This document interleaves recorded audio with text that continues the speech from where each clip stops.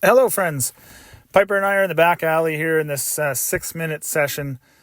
We didn't have a lot of time today to do things. I went to work. After work, I had to make supper, and then I would continue on doing things. Then I had to go work with one of my dog training clients, and now it's almost 8:30. So it's time to do a quick session. And here we're focusing on a few things, a little bit different than the session I had this morning.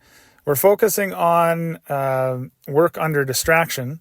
So one of my neighbors behind us is doing some yard work in her back alley, and she's got the broom sweeping, and that is for Piper quite a distraction. So the focus is under distraction, having Piper walk off leash and staying close to me into like a functional heel or not a focused heel, but more a what would be like a loose leash position where she's close to me, but she doesn't have to be super tight or super perfect. I'm throwing in every once in a while a little bit of focused heel work, a middle position, some spins, some dynamic reward events, and then of course change of direction. The idea here is every time I change direction, Piper is to respond to me. In this case here, she was distracted by what my neighbor was doing. Again, distracted with the broom sweeping on the alley. So I walk away from her and get her attention and then reward her for coming back to me. And you'll notice as the session goes along, my neighbor was out there the whole time for the 6 minutes. Piper eventually started to focus more on me and less on her.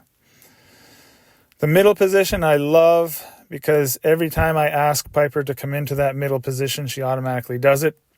She doesn't do it super fast. Again, I really don't care that if she does it fast or not. All I care is that she does what I ask her.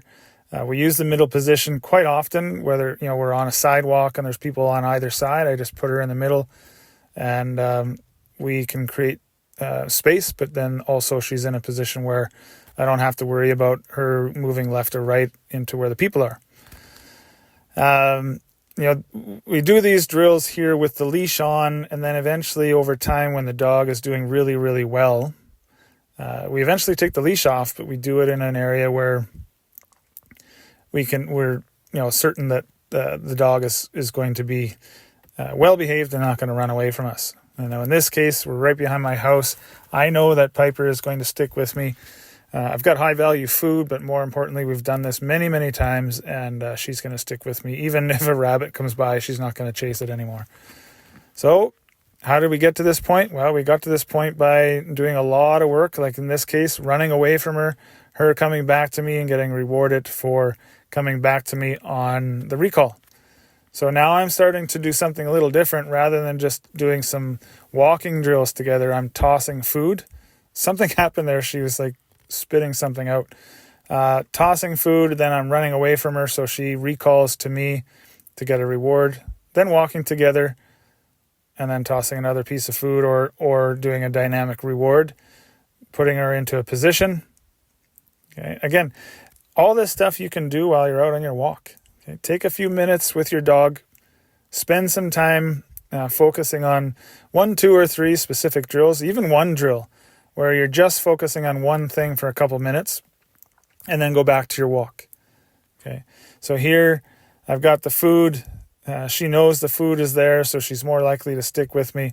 But eventually as this session goes along, I didn't have the food in my hand the whole time. Like if she was walking with me, I would just walk, and then I would reward for good behavior by grabbing a piece of food and then rewarding her. So right here, you see I'm walking without the food, and then because she did so well walking with me, I grab a piece and then toss it so she gets to go chase it. So it's a release for her. Now we did a bunch of this stuff. Each time she came back, she either went for a chase for food or into a position that I wanted her to be in. And then, again, some more loose leash walking. And I do a lot of this. And you see where I turned into her. She had to go around me. I do a lot of that so she understands to go turn one way, turn the other way, turn with me, turn in opposite direction. So there's always something that we're working on in terms of walking with a leash or with no leash or a long line. so that we eventually build up to the skills where we can actually do this in a low distraction environment and then eventually a higher distraction environment. Again, similar to the stuff I did this morning, working on position skills, but I'm just adding in walking skills with me. Now, what we're doing right now is sort of that chase and catch. So I toss the food for her. She goes to get it. As soon as she gets it, I call her name, and then she grabs it, and then I throw in a recall after a few reps where she comes back to me. And there we go. I'm luring her into position 1, 2, 3. Yes, yes, yes, and rewarding her. So there's a lot of stuff happening. And you can do this stuff, just find a space in your backyard, find a space in your back alley. Take 5 to 10 minutes at the most. You don't really need to do any longer than 10 minutes. And then before the dog checks out. And then the rest of the day, you can just go for walks. Okay. Or you can go have the dog chase the Frisbee or, play with the ball, that type of stuff. Go for a nice hike. I don't spend a lot of time doing this type of stuff, but when I do it, it's for a short period of time. It's very focused. And the expectation is that Piper is going to listen and listen well. Until next time, happy training.